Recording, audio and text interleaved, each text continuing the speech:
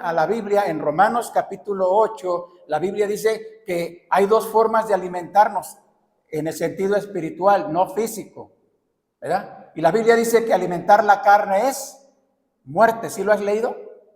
Y bueno, alimentar la carne, la misma Biblia nos explica qué significa alimentar la carne, ¿verdad?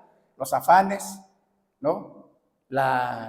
Muchas cosas que tiene que ver con la carne, los deseos de nuestra carne, los deseos de nuestros ojos, ¿verdad? Ahora, bueno, no nada más ahora, creo que una de las cosas que los padres cristianos debemos estar alerta con los hijos es qué ven nuestros hijos,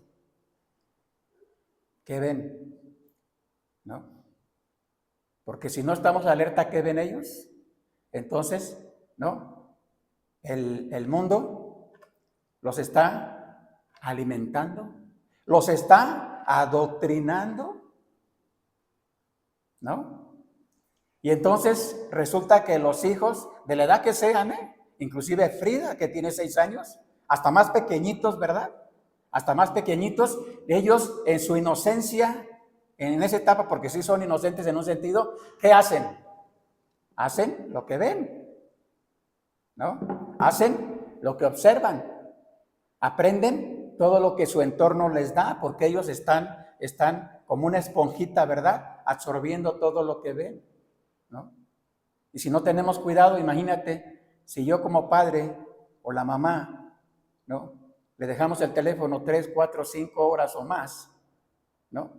Porque creemos que se está entreteniendo, estamos cometiendo el error de que ellos alimenten la carne, ¿no?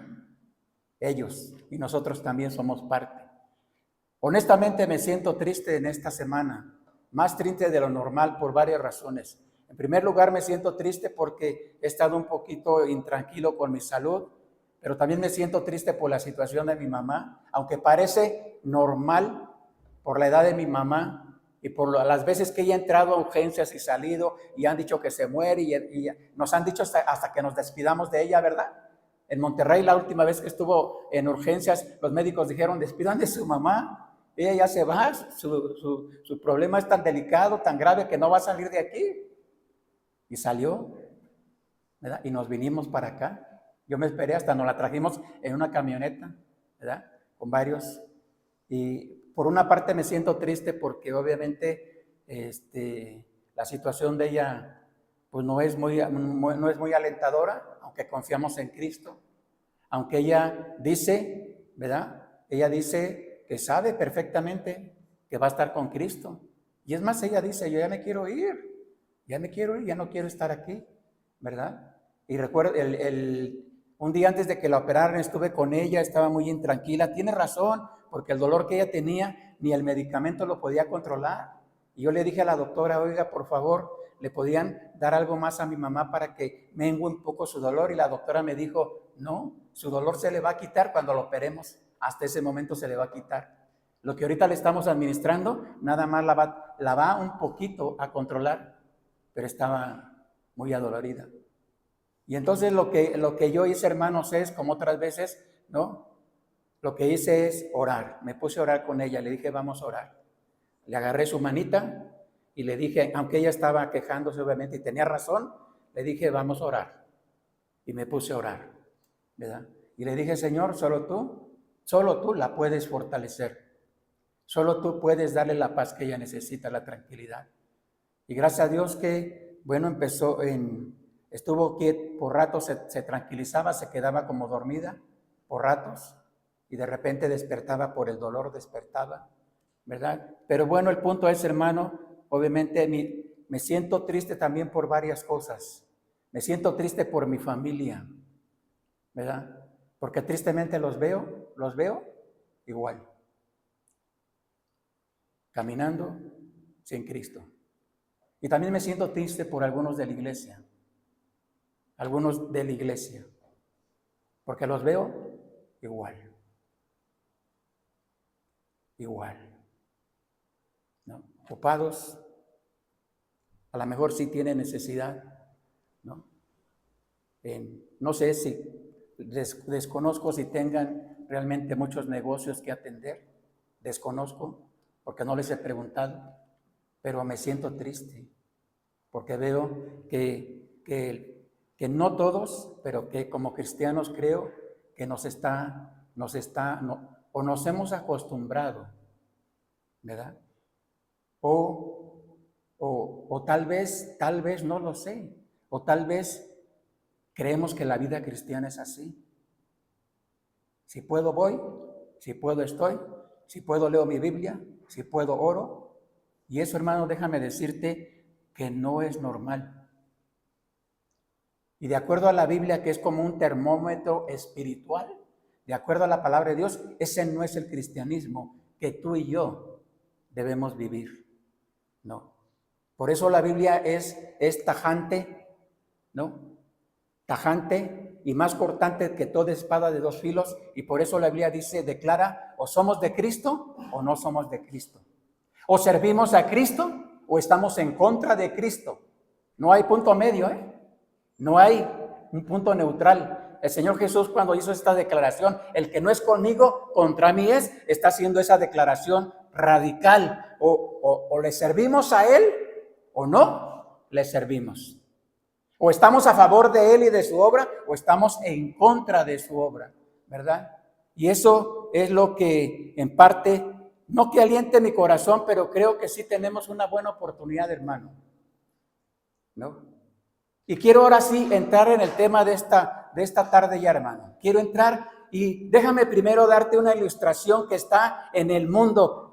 En el mundo tenemos muchas ilustraciones en el sentido siguiente. Nos dice la historia del mundo, en el mundo nos dice la historia que en diferentes épocas, en diferentes países, en diferentes culturas, ha habido terremotos, ha habido desastres naturales y en algunos casos, por ejemplo, en México también, pero en unos casos, en los fenómenos naturales, ¿verdad?, han impactado y ahí está la historia. Ahí está la historia que nos dice, ¿recuerdas creo que era una isla donde un volcán hizo erupción y destruyó todo ese poblado, a todos los mató, ese volcán que hizo erupción, ¿recuerdas?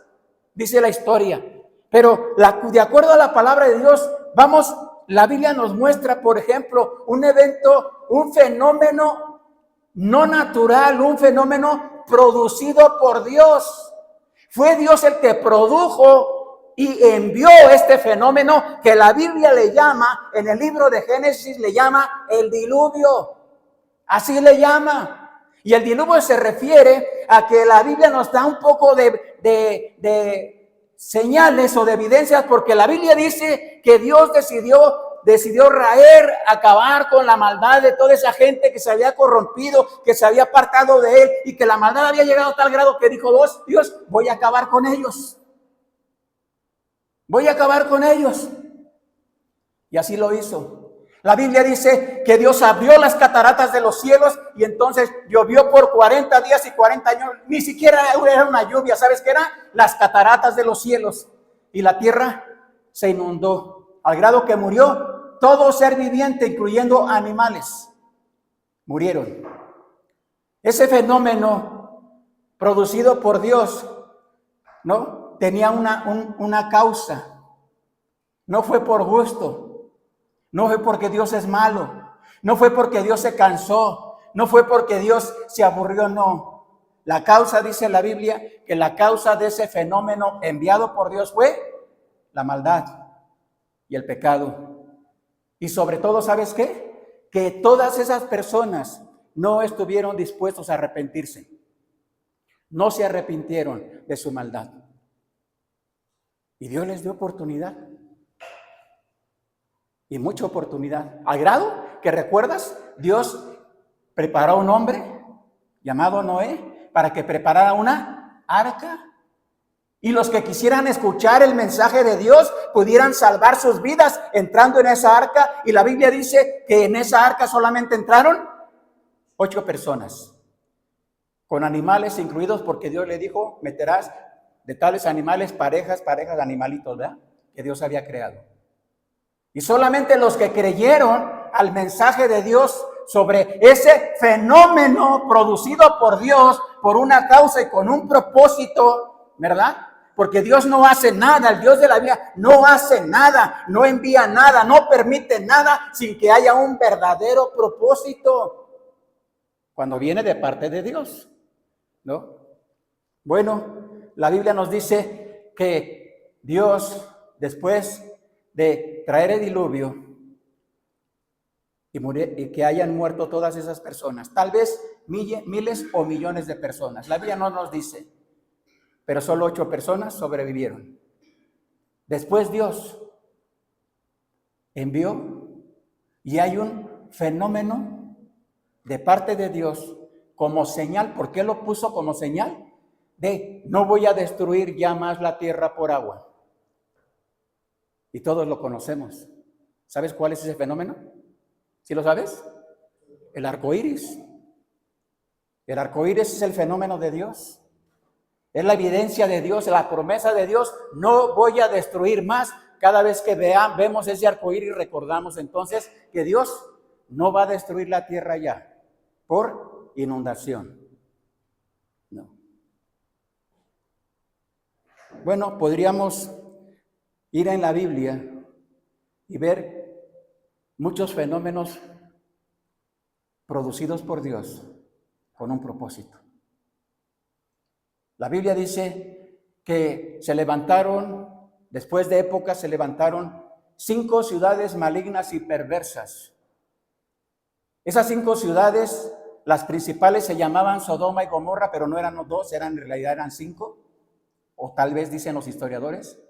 Y que esas ciudades se había corrompido la maldad también a tal grado que también Dios les envió mensajero y les dijo: arrepiéntanse de su maldad, porque si no los voy a destruir. Y la Biblia dice que inclusive Dios mandó a ángeles en forma humana para que darles el mensaje de salvación, y aún así ellos no se arrepintieron.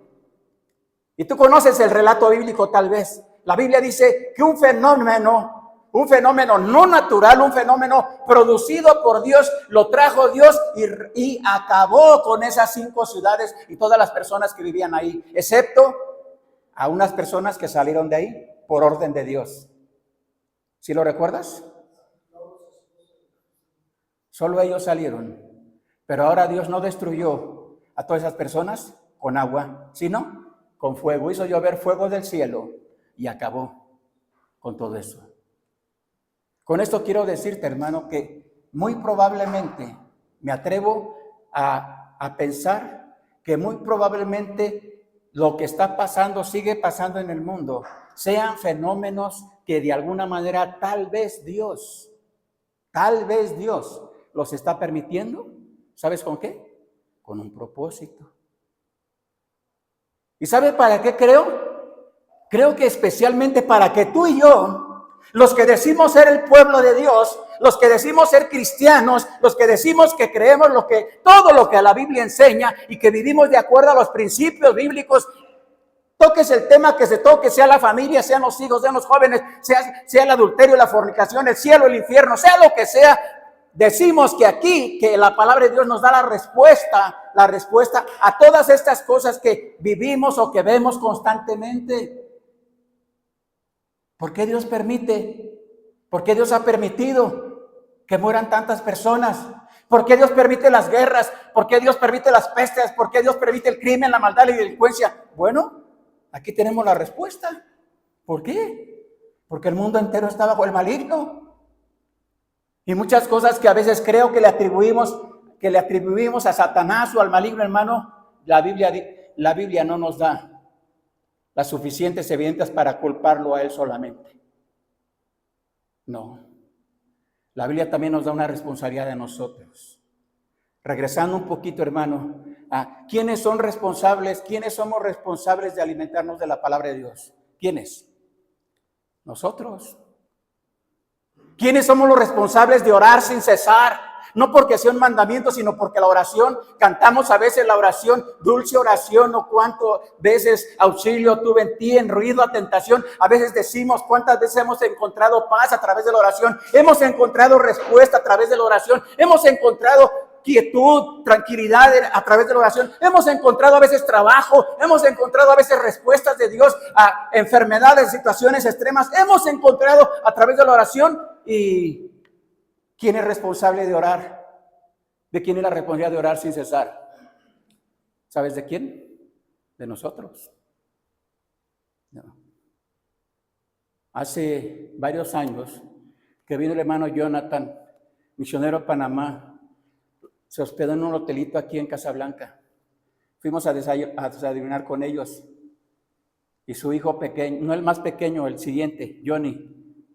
Su hijo, ¿qué tendría Johnny? ¿5 años? 5 años tenía cuando vinieron. ¿Y sabes qué le dijo Johnny cuando estábamos desayunando ahí su esposa, el hermano Maru y yo estábamos desayunando? ¿Sabes qué le dijo Johnny a su papá, a sus papás? ¿Sabes qué les dijo? Papá, ¿a qué hora vamos a salir a ganar almas? ¿A qué hora nos vamos a ir a ganar almas? ¿Sabes qué me habla a mí eso?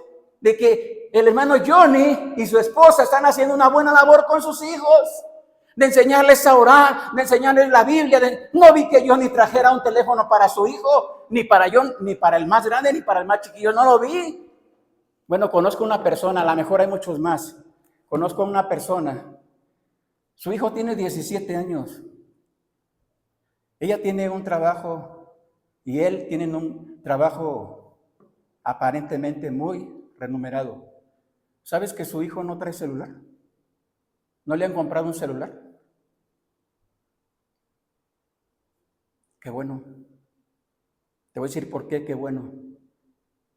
Y no me consta porque no vivo con ellos, pero lo que sí me consta en algunas cosas, de las veces que yo los visité y conviví con ellos, ellos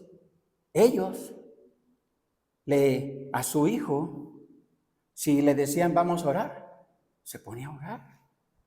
17 años tiene hoy este joven, su único hijo.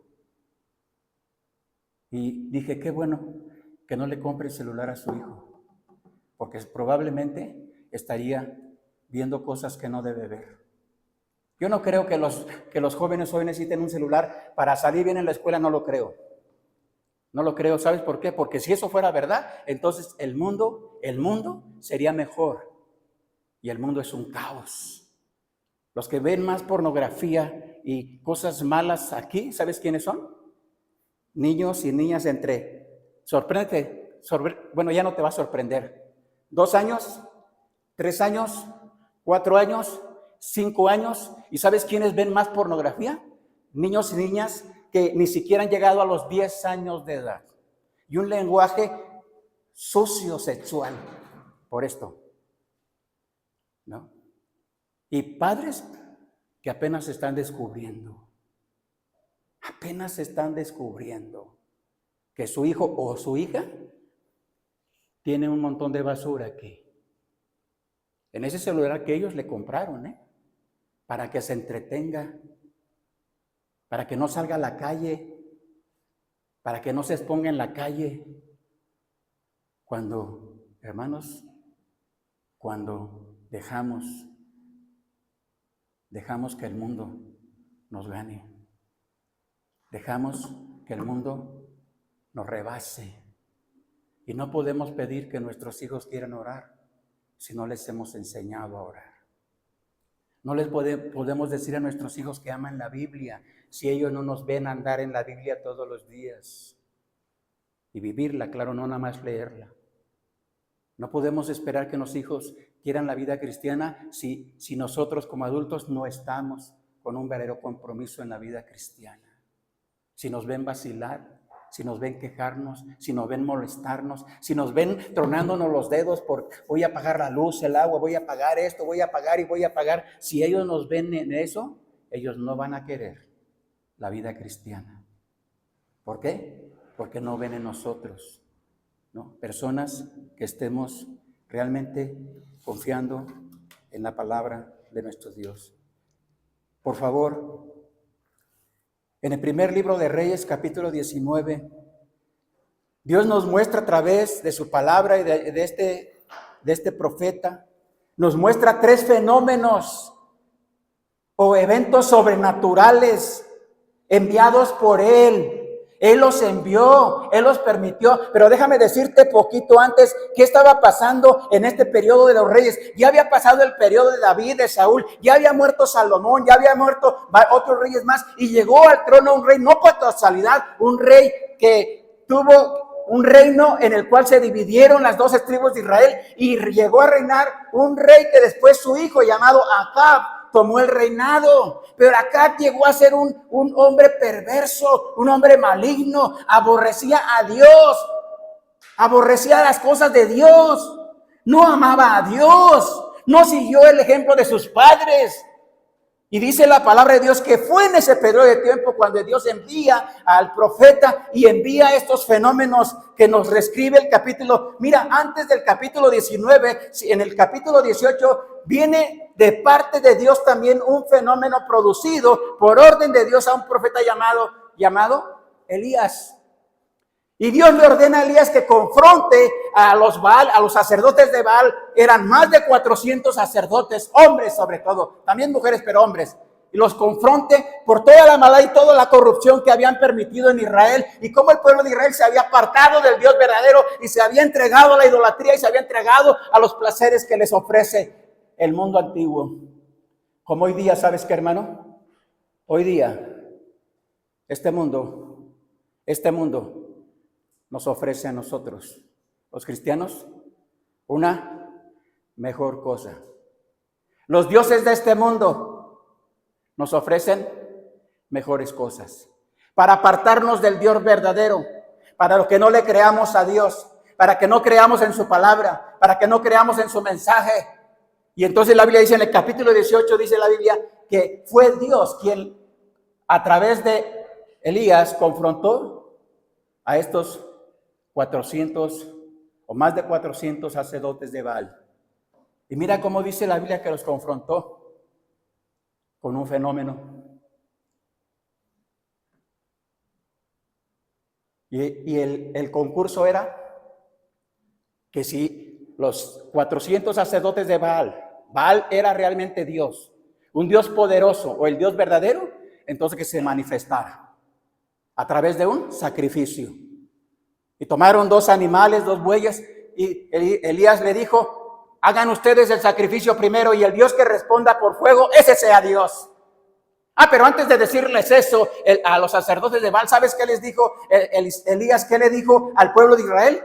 Les dijo, no, si Baal es Dios, entonces sigan a Dios, ¿no?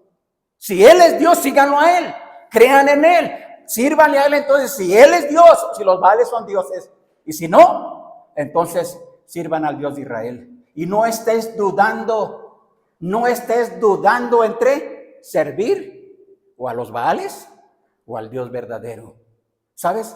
Esa frase cuando la escuché, hermano, me hizo recordar lo que el Señor Jesús enseñó y la Biblia enseña de que no se puede servir a 2 señores. ¿O sí?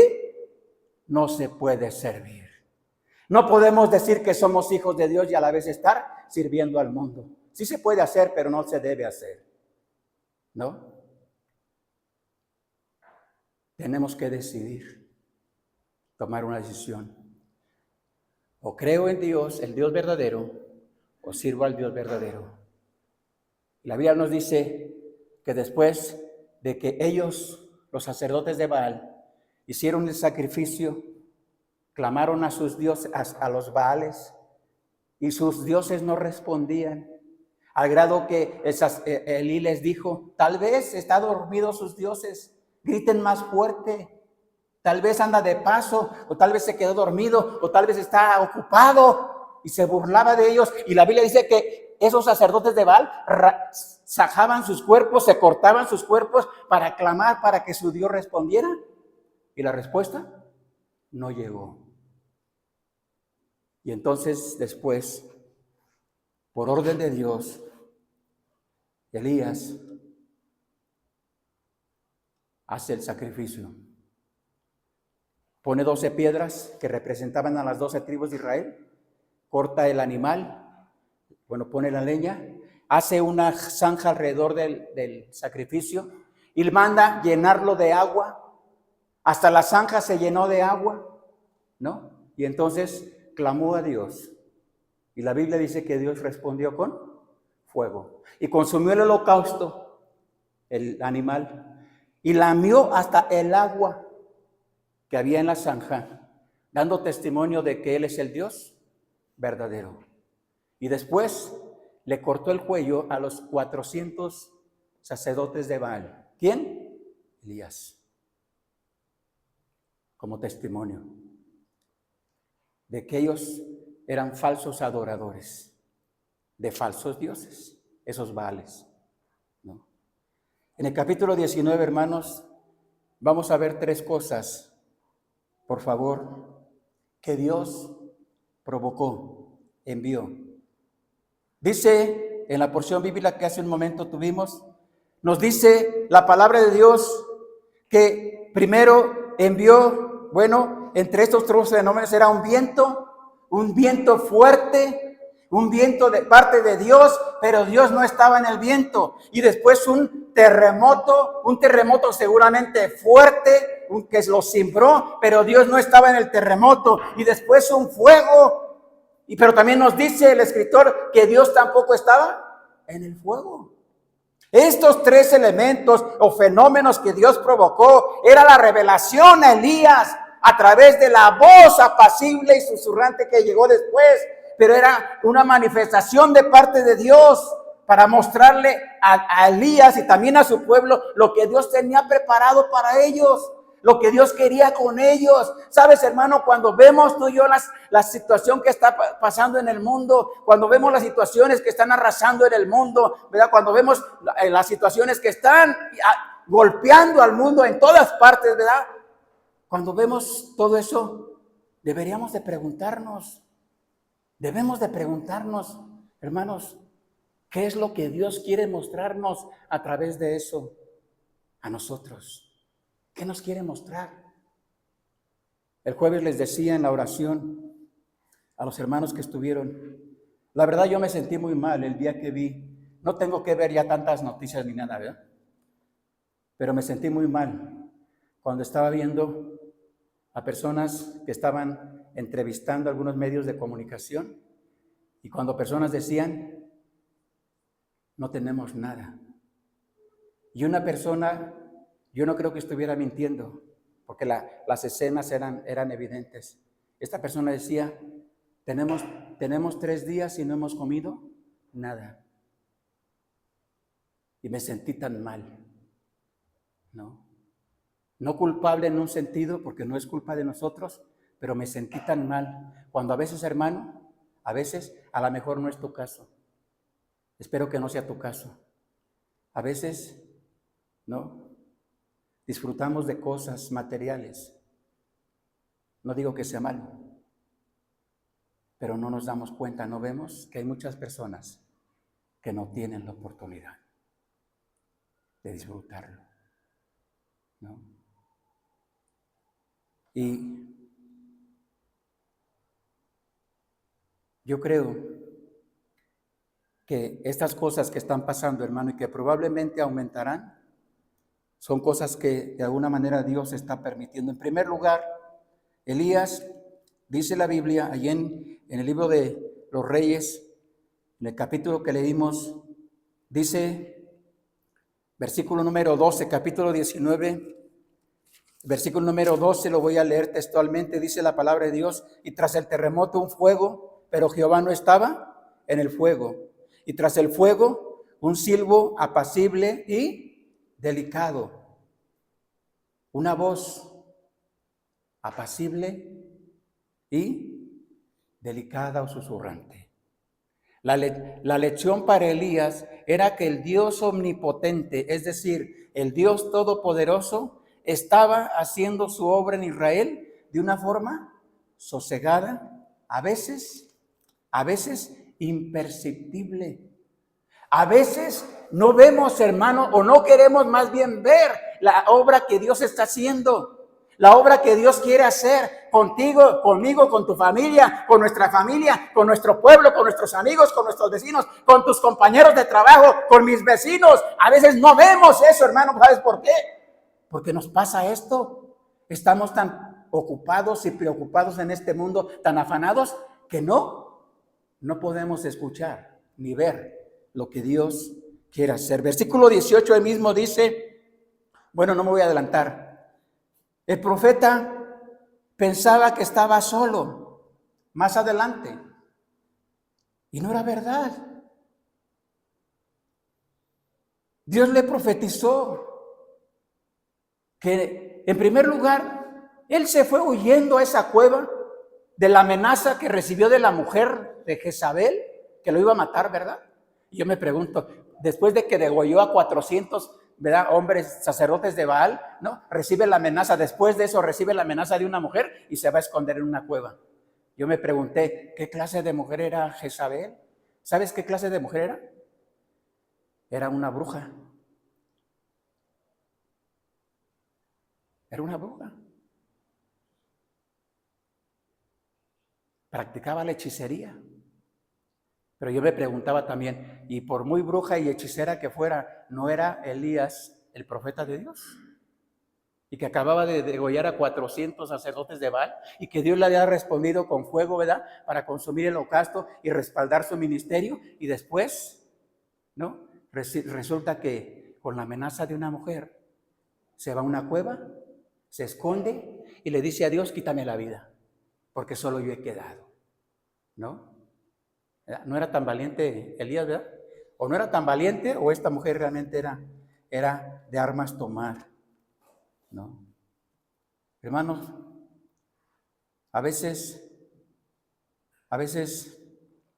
creemos que estamos solos, o pensamos que lo que estamos haciendo no es suficiente para la obra de Dios. Y déjame decirte que estamos equivocados. Si fuera tu caso o mi caso, estamos equivocados. Porque debemos recordar que la misma Biblia nos dice que la obra de Dios, el trabajo en la obra de Dios, no es con espada ni con ejército, sino con su Santo Espíritu. Que las armas de nuestra milicia no son carnales, sino espirituales, para derribar todo argumento y toda fortaleza que se levante en contra de Dios. Y debemos recordar que a pesar de la adversidad, las dificultades, los problemas, los ataques, que a pesar de todo eso, de todas esas circunstancias o cosas, Dios muchas veces puede permitir eso para capacitarnos o enseñarnos a ti y a mí, enseñarnos lo que tenemos que hacer, lo que debemos hacer, para enseñarnos.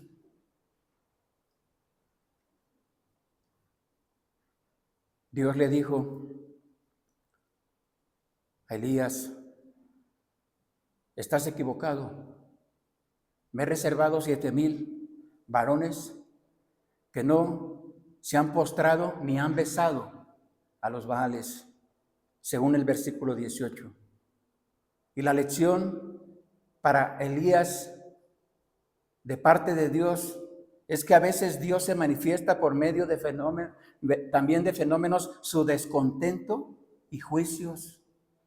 Muy probablemente, hermanos, muy probablemente lo que está pasando en el mundo y probablemente seguirá pasando con respecto a fenómenos que el mundo le llama fenómenos naturales, ¿verdad? Desastres naturales y etcétera. Muy probablemente, de acuerdo a la palabra de Dios, son una forma de Dios mostrar que está descontento, que está enojado, ¿no?, contra esos pueblos, ciudades o naciones que adoran a los Baales, que adoran a falsos dioses, ¿no? Dios no está contento, ¿no? Dios está irado, dice la Biblia, contra el impío. Dios está enojado. ¿Contra quién? Con aquellos que van en contra de su palabra.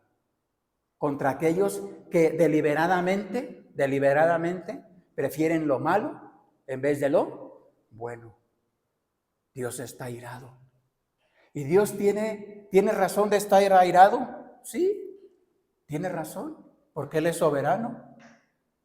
Él es el Todopoderoso. Él es el que da la vida y es el que quita la vida. ¿Él es el que manda al infierno a las personas? No. Las personas voluntariamente van al infierno, irán al infierno por rechazar el regalo de Dios. ¿Es Dios el que escoge quién es bueno y quién es malo? No, no es Dios el que escoge quién es bueno y quién es malo. Eso no enseña la Biblia.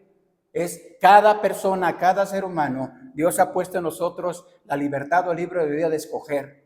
O creo en Dios o no creo en Dios. O sirvo a Dios o no sirvo a Dios. O recibo el regalo de la vida eterna o no recibo el regalo de la vida eterna. O confío en mis obras, confío en la moralidad, en mi ética. O simplemente como esos millones y millones probablemente de personas en el mundo que han muerto físicamente confiando en el ateísmo. O todos esos millones de personas que siguen confiando en la ciencia. Y millones de personas probablemente que siguen creyendo en que la prosperidad, las cosas materiales, nosotros las atraemos simplemente por desearlo en nuestro corazón, ¿verdad?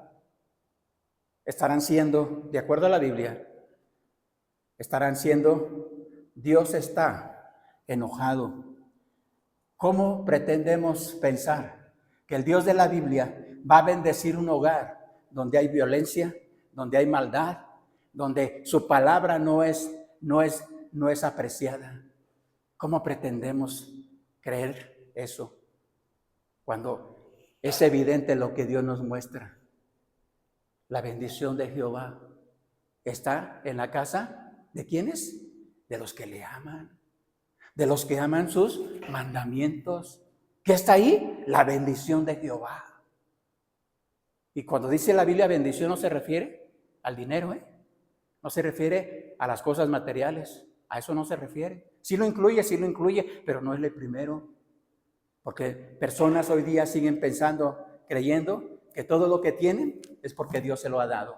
Mentira, no es Dios el que se los ha dado, son ellos que lo han trabajado, que lo han logrado.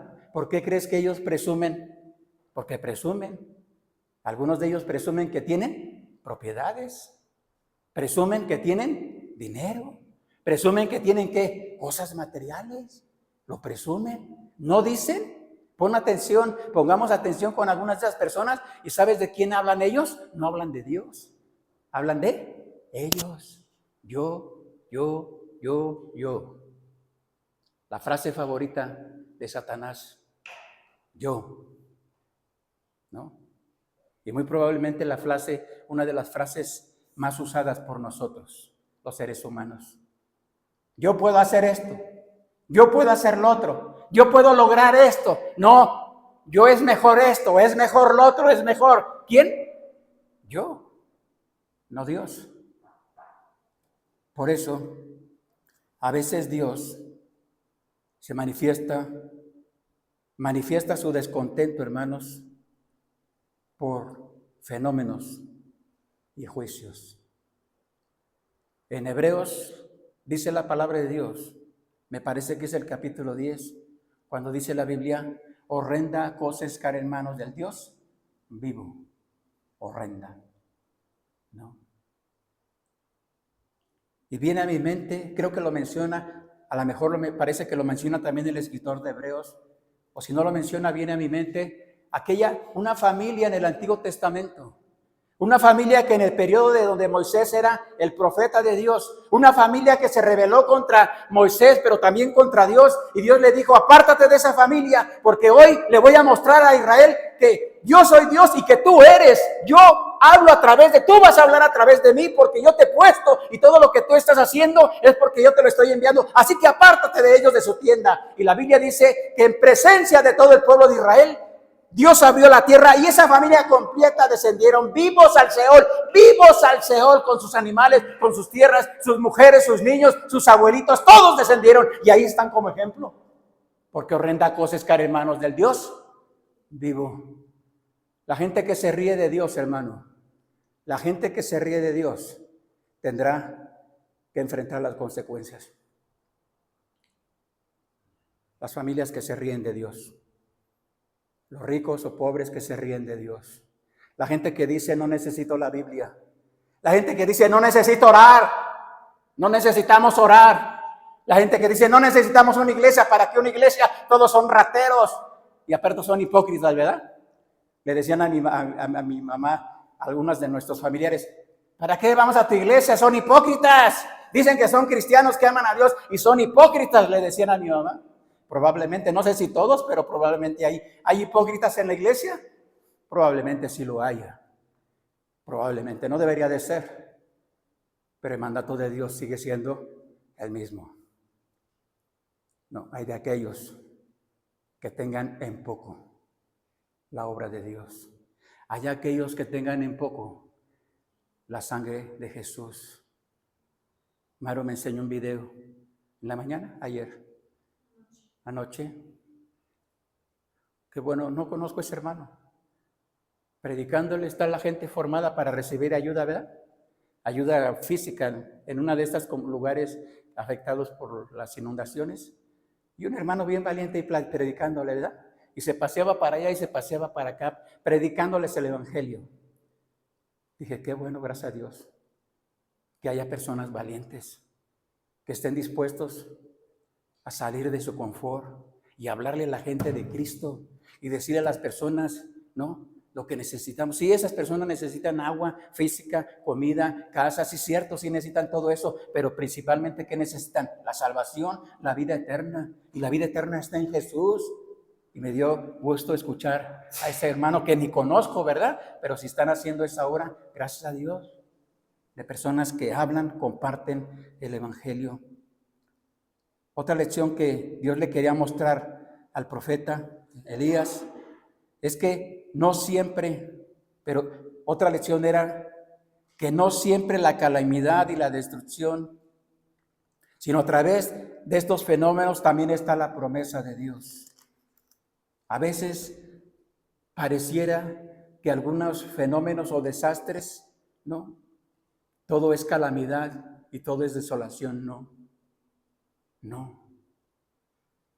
A veces detrás de eso está la promesa de Dios.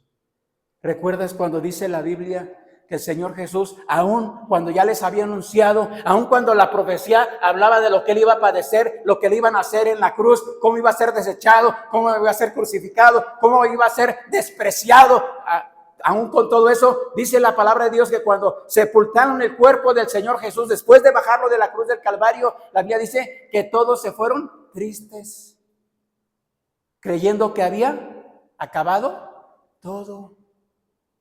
Pero detrás de eso, ¿qué estaba? Detrás de todo eso estaba la promesa de Jesús, porque Jesús les dijo, me voy a levantar, al tercer día me voy a levantar de los muertos, y así como Jonás estuvo en el vientre del pez 3 días y 3 noches, así el Hijo del Hombre estará en el vientre de la tierra para cumplir una profecía. Ahí estaba la promesa, pero al principio en esos días ellos pareciera como si lo hubieran olvidado. ¿Sí recuerdas?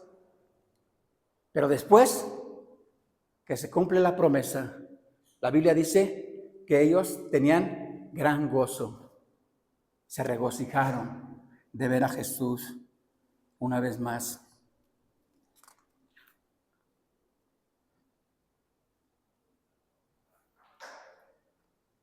Hermanos, el propósito de este relato, sobre todo, es Dios quería mostrarles a su pueblo, a Israel, que deberían de regresar a la adoración del verdadero Dios. Ese era el propósito, que Israel debería regresar a adorar al único Dios verdadero.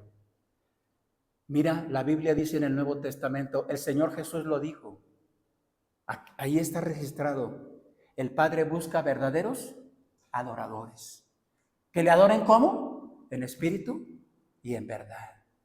El Padre está buscando, sigue buscando verdaderos adoradores.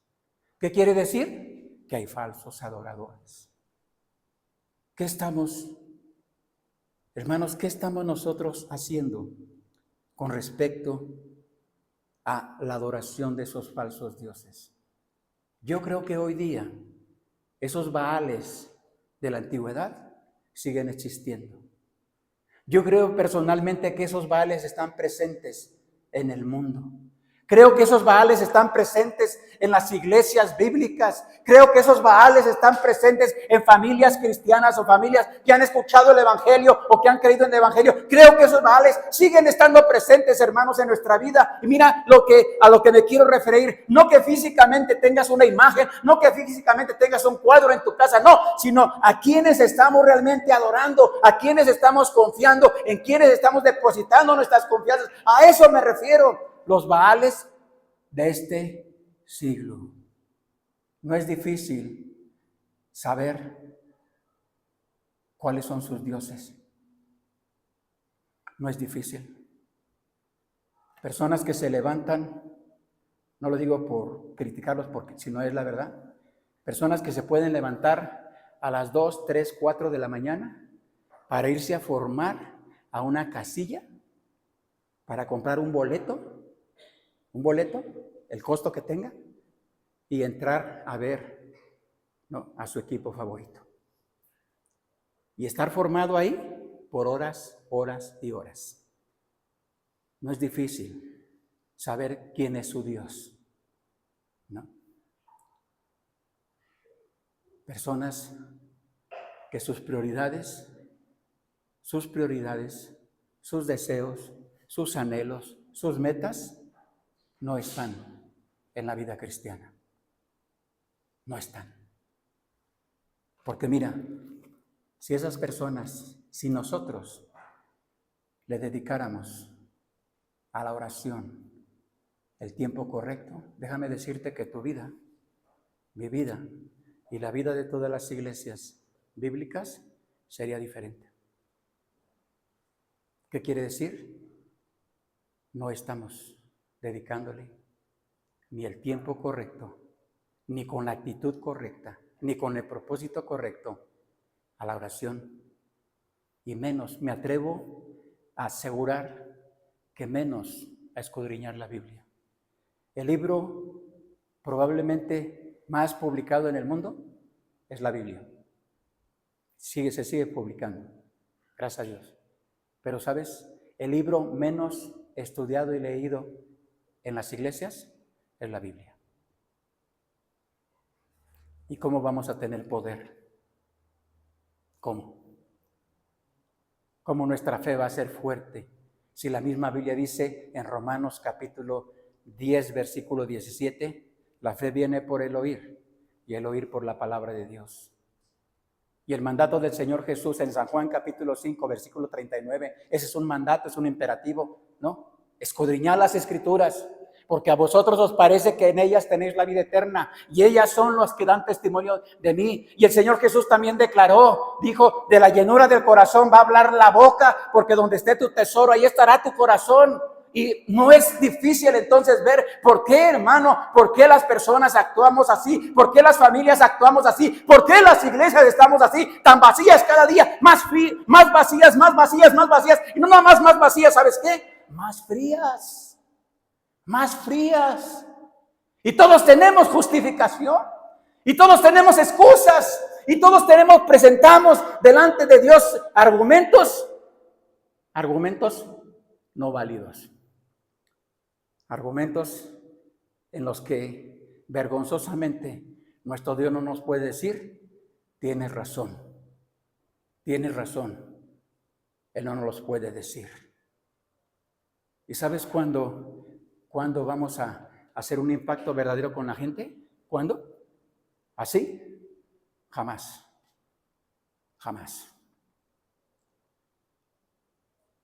Así no se puede impactar a la gente. Así la gente no te va a preguntar, ¿cuál es tu Dios? Así la gente no se va a acercar, no va a tocar la puerta de tu casa y va a decir, yo quiero vivir como tú vives. Quiero ser como tú, eres tú con tu familia. Yo quiero tener esa paz, esa tranquilidad, esa seguridad, esa confianza que tú tienes. No lo va a hacer. Así no, mi querido hermano. Así no. Necesitamos, hermano, desesperadamente, yo creo, necesitamos decidir. Israel lo tuvo que hacer, tuvo que decidir. O los Baales, ¿no? O el Dios verdadero. No, lo tuvieron que hacer. Y yo creo que tú y yo tenemos esa oportunidad de decirle a Dios, ya no más. Ya no quiero alimentar todo esto. Ya no quiero seguir presentándome o presentando excusas delante de ti, ya no. Ya no quiero ser apático ni en la oración y tampoco estudiando tu bendita palabra. Ya no quiero ser ese testimonio que no es un testimonio de impacto con mis vecinos, con mis amigos, con mis familiares. Ya no quiero. Quiero ser de bendición. Quiero hablar de Cristo a las personas. Quiero dar testimonio, un verdadero testimonio de una vida cristiana que te agrade a ti, que te sirva a ti. No sé cuántas más oportunidades tengamos, pero creo que esta es la lección que podemos ver en esta enseñanza, ¿no? Acuérdate, los vales de este siglo están presentes. Y si no tenemos cuidado y no revisamos, tú y yo estamos adorando a esos vales falsos, ¿no? Si no tenemos cuidado. Vamos a orar y terminar con este tiempo. Padre nuestro que está en el cielo, bendito Señor, le damos gracias por darnos una nueva oportunidad, Señor, de ser confrontados con su palabra, Señor. Le pedimos en el nombre de Jesús que, Señor, nos guíe.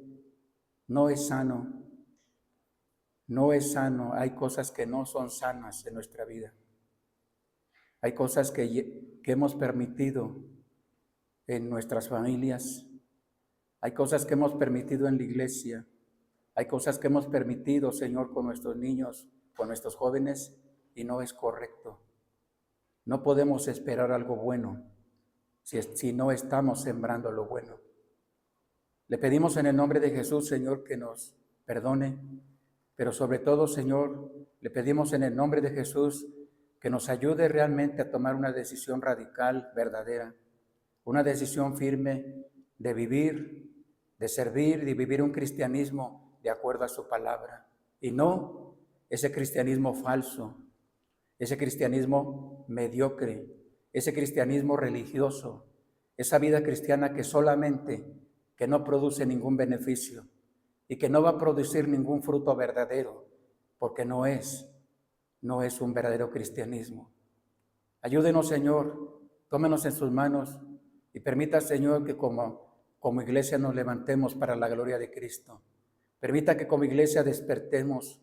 Permita, Señor, que como su iglesia dejemos a un lado, Padre, todos esos lastres, todas esas cargas y nos entreguemos a vivir una verdadera vida cristiana.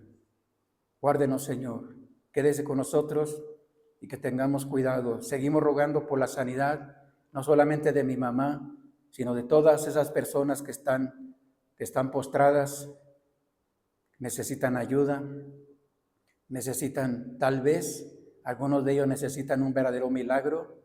Y rogamos en el nombre de Jesús que tenga misericordia de esas familias. Y aquellos que no le conocen, aquellas familias que no le conocen, Señor, que pueda llegar un mensajero, que pueda llegar un hijo de paz y puedan conocer al Dios verdadero. Guárdenos, Señor, quédese con nosotros y permita que tengamos cuidado el resto de este día, Padre. Gracias por todo, se lo pedimos en el nombre de Jesús. Amén.